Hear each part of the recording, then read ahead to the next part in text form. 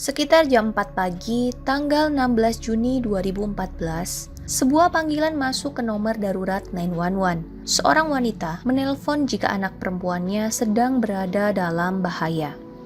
Saat operator 911 bertanya, apakah dia ada di lokasi tersebut, sang wanita menjawab jika dia sedang dalam perjalanan menuju rumah anaknya itu. Penelpon itu kemudian bilang jika anaknya dipukuli dan dianiaya oleh pacarnya. Mendapatkan laporan itu, petugas pun segera meluncur menuju lokasi yang disebutkan oleh sang penelpon. Namun apa yang ditemukan petugas pagi itu tidak sesuai dengan apa yang diinformasikan sang penelpon. Karena keadaan perempuan yang katanya tadi dianiaya ternyata baik-baik saja. Justru keadaan pacarnya lah yang mengenaskan. Seorang laki-laki terkapar tidak bernyawa dengan sebuah luka tembak di belakang kepalanya. Polisi lokal pun langsung menyerahkan kasus tersebut kepada divisi pembunuhan dan mulai menyelidiki kejanggalan yang terjadi karena apa yang dilaporkan ke operator 911 beda banget dengan kondisi lapangan. Tapi belum sempat polisi mencari tahu apa yang sebenarnya terjadi nih, si perempuan justru menghilang. Nah loh, ada apa ini? Terus siapa mereka? Dan apa yang terjadi sebelumnya sampai menimbulkan korban kayak gini? Pria yang menjadi korban dalam kejadian ini bernama Christopher Chapa yang berusia 27 tahun. Dia merupakan seorang supervisor di sebuah restoran bernama Lindris dan di sana dia tinggal dengan pacarnya yang bernama Claudia Esquivel. Claudia ini berusia 22 tahun. Sehari-hari, Claudia bekerja di restoran tempat Chris bekerja. Jadi semacam teman kerja yang menjadi sahabat lalu berpacaran gitu. Dan selain bekerja di restoran itu, Claudia juga sedang melanjutkan pendidikannya untuk menjadi seorang polisi. Bahkan udah tinggal selangkah lagi nih buat dia jadi polisi. Oh iya, di rumah itu mereka juga tinggal bertiga karena Claudia sudah punya seorang anak laki-laki berusia 4 tahun dengan pacarnya yang dulu. Tapi walaupun begitu, Chris ini sayang banget sama Claudia dan anak Claudia. Dia bahkan sudah menganggap anak itu sebagai anaknya sendiri. Menurut para tetangga, mereka berdua ini tergolong normal-normal aja ya. Bahkan termasuk pasangan yang kelihatan banget saling sayang. Mereka nggak pernah tuh terlihat ribut-ribut atau gimana-gimana di mata tetangga. Adem ayem lah pokoknya. Tapi sedikit informasi tentang Christopher ya. Jadi dulu pas Christopher ini SMA, dia ini punya pacar. Mereka pacaran cukup lama ya, hingga akhirnya pacarnya ini hamil. Tapi sayang banget karena bayi mereka nggak bisa diselamatkan. Dan kehilangan ini tuh kayak membekas banget dalam diri Christopher dan pacarnya. Walaupun mereka udah putus dan berpisah, momen kehilangan anak ini membuat mereka kayak terhubung gitu. Mungkin semacam ikatan batin kali ya. Karena itulah, tiap hari ibu dan hari ayah, mereka ini akan saling menghubungi buat sekedar nanya kabar. Karena masing-masing ya udah punya pasangan juga. Tentu saja kebiasaan Christopher ini sudah diketahui sama Claudia ya, dan sepertinya dia juga nggak merasa terganggu sama hal itu karena dia menganggap ya udahlah ya masa lalu juga kan. Lalu apa yang sebenarnya terjadi pagi hari tanggal 16 Juni 2014?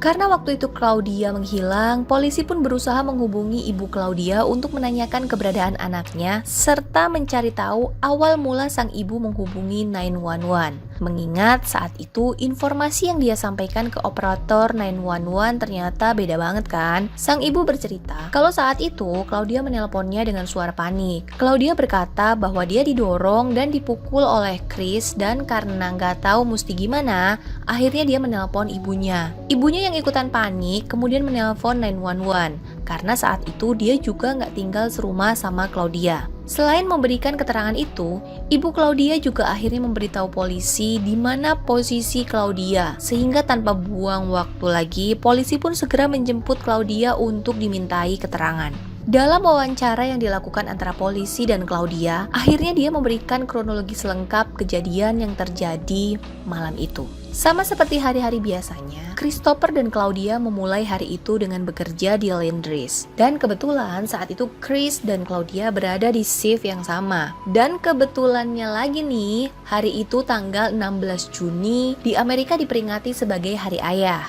Hari yang cukup sensitif untuk Chris. Dan seperti hari ayah sebelum-sebelumnya, Chris juga tampak tidak bersemangat ya hari itu. Dan manajer Chris juga kayak udah tahu kalau hari ayah gini, Chris tuh agak melo lo gitu. Makanya dia akhirnya menyuruh Chris buat pulang aja lebih awal. Semacam ngasih Chris me time lah, dan Chris pun setuju. Tapi, berhubung saat itu restoran lumayan rame, Claudia nggak bisa ikut Chris pulang dan tetap melaksanakan tugasnya di restoran itu sampai jam 11 malam. Sementara Claudia masih bekerja, Chris ini ternyata ketemuan sama adik bungsunya dan mereka sempat makan malam berdua. Lalu, seperti hari ayah yang sudah-sudah, Chris dan mantan pacarnya juga saling menghubungi untuk saling menguatkan ya. Sampai pada waktu Claudia pulang kerja, dia yang emang dari tadi kepikiran Chris yang sedih ceritanya berniat buat hibur Chris dengan cara membuat masakan spesial nih. Jadi, walaupun capek karena baru pulang kerja kan, Claudia tetap semangat masakin Chris. Dia nggak tahu kalau ternyata Chris sudah makan di luar, teman-teman. Dan bener aja, pas Christopher pulang ke rumah dan ya emang posisinya udah makan di luar ya, dia masih kenyang kayaknya. Dia ini kemudian cuma ngelirik masakan Claudia tanpa mencicipi apalagi makan bareng Claudia. Bahkan dengan alasan capek, dia ini kayak langsung mandi lalu pamit tidur. Claudia yang diperlakukan seperti itu tentu saja marah dong ya, udah capek-capek masak, ngasih surprise, malah dikacangin. Akhirnya Claudia dan Chris pun terlibat pertengkaran yang cukup hebat hingga membuat Claudia mengusir Christopher. Bahkan untuk nakut-nakutin Chris biar dia cepet pergi, Claudia kemudian menodongkan pistol ke arah Chris. Chris yang gak terima diperlakukan kayak gitu mendorong Claudia hingga menabrak ujung meja lalu jatuh ke lantai, sehingga menyebabkan Claudia tanpa sengaja menembak belakang kepala Chris. Karena emang posisi Claudia saat itu kan lagi pegang pistol buat nakut-nakutin Chris kan. Chris pun seketika terjatuh dan tidak bergerak lagi. Claudia yang kaget karena dia tidak tahu kalau pistol itu ternyata ada isinya. Paniklah, lalu menelpon ibunya. Begitu cerita lengkap yang disampaikan Claudia di depan polisi. Tapi tentu saja, polisi tidak menelan bulat-bulat keterangan yang diberikan sama Claudia ya. Karena keterangan itu pun harus di-compare dengan semua bukti yang ada di TKP. Dan ternyata, apa yang polisi temukan di TKP tidak sesuai dengan apa yang disampaikan sama Claudia. Yang pertama, Claudia bilang jika Chris mendorong dan memukulnya sehingga Claudia tanpa sadar menekan pistolnya dan menembak Chris. Padahal saat tim forensik memeriksa tubuh Claudia, di semua tubuhnya itu sama sekali tidak ditemukan luka, baik itu goresan, bahkan benturan seperti yang dia ceritakan. Yang kedua, Claudia bilang dia tidak tahu kalau pistol itu ada pelurunya. Polisi yakin banget Claudia bohong, karena Claudia ini kan seorang pelajar di Akademi Kepolisian, di mana dipastikan kalau Claudia ini tahu mana pistol yang ada senjatanya dan mana pistol yang kosong. Apalagi di Akademi Kepolisian, Claudia mendapatkan nilai tertinggi loh di kelas senjata api.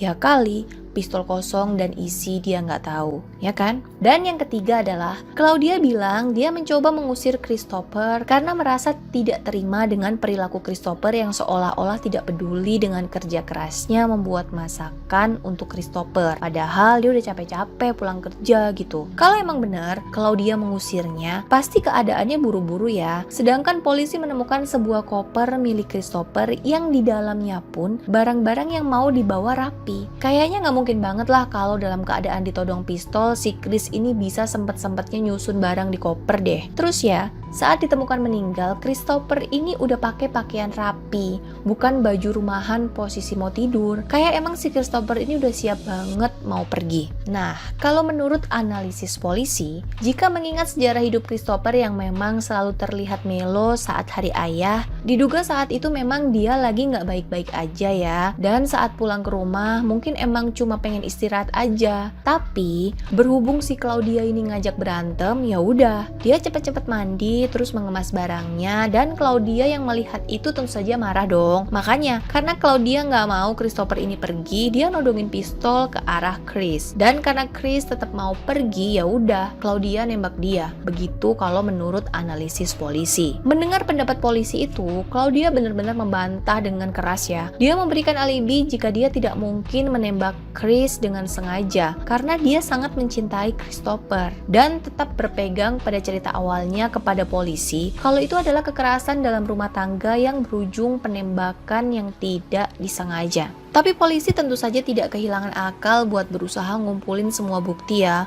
Polisi pun berniat mengkonfirmasi kejadian sebenarnya kepada saksi kunci. Siapa dia? Yap, dia adalah anak Claudia yang berusia 4 tahun. Tapi karena usia si anak itu yang masih sangat kecil, tentu proses interogasinya berbeda. Dan dengan petugas khusus ya, ngalamin kejadian mengerikan kayak gini aja pasti udah bikin anak sekecil itu trauma berat. Apalagi kalau kudu ditanya seputar kejadian itu pula, ya kan? Tapi tentu saja polisi punya alasan kuat kenapa mereka tetap mencari keterangan dari anak itu. Kenapa kira-kira? Pertama, si anak ini ada di dalam rumah saat kejadian. Dan alasan kedua yang paling bikin polisi yakin kalau anak itu tahu sesuatu, ternyata saat dilakukan pemeriksaan forensik, di selimut si anak terdapat cipratan darah, teman-teman. Kalau dia nggak lihat atau minimal ada di ruangan kejadian, pasti selimut dia bersih dong. Nah ini, selimut dia jelas ditemukan cipratan darah Chris. Jadi kemungkinan besar, anak ini melihat semua kejadian di depan matanya, atau minimal berada di jarak yang sangat dekat dengan mereka berdua. Karena hal itulah, polisi forensik anak pun pelan-pelan mencoba menggali informasi dari si anak untuk menceritakan apa yang dia lihat di hari kejadian. Petugas mengajak si anak untuk mewarnai dan bocah itu menggambar sebuah t-shirt bernoda darah yang ditandai dengan sidik jari Claudia. Gak hanya itu, karena si anak juga ngomong kalau ibunya dan Chris saat itu berkelahi, kemudian ibunya menembak Chris. Chris meninggal dan tidak bangun lagi. Aduh, kebayang gak sih memori anak sekecil itu dikasih adegan mengerikan yang belum tentu loh orang dewasa aja bisa terima. Dengan semua fakta itu akhirnya polisi menyatakan jika Claudia Esquivel bersalah. Dia kemudian dijatuhi vonis hukuman selama 27 tahun dan dia baru bisa mengajukan kebebasan bersyarat kalau dia udah melewati masa hukuman selama 13,5 tahun. Duh, ini gara-gara masalah sepele ya, banyak banget yang harus dikorbankan. Masa muda dan karir Claudia yang tentu saja hancur, anak Claudia yang jadi kehilangan kasih sayang ibunya, dan keluarga Chris yang harus kehilangan anak serta saudara laki-laki. Dan yang paling menyedihkan adalah Christopher Chapa ini sebenarnya lagi merencanakan untuk melamar dan menikahi Claudia, teman-teman. Dia ini lagi sibuk mencari-cari cincin yang bagus untuk melamar Claudia. Dia juga sempat bertanya ke kakak iparnya tentang bagaimana cara menjadi suami dan ayah yang baik. Karena dia ini emang sayang banget sama Claudia dan anaknya. Tapi ya mau gimana lagi, nasi sudah terlanjur menjadi bubur ya. Semua hanya tinggal rencana. Terima kasih yang sudah menyaksikan video ini dari awal hingga akhir. Boleh banget dong untuk bantu support channel YouTube aku dengan cara klik tombol subscribe dan nyalakan lonceng notification agar kalian tahu saat aku cerita lagi, cerita mulu, cerita terus untuk kasus yang lainnya. Dadah!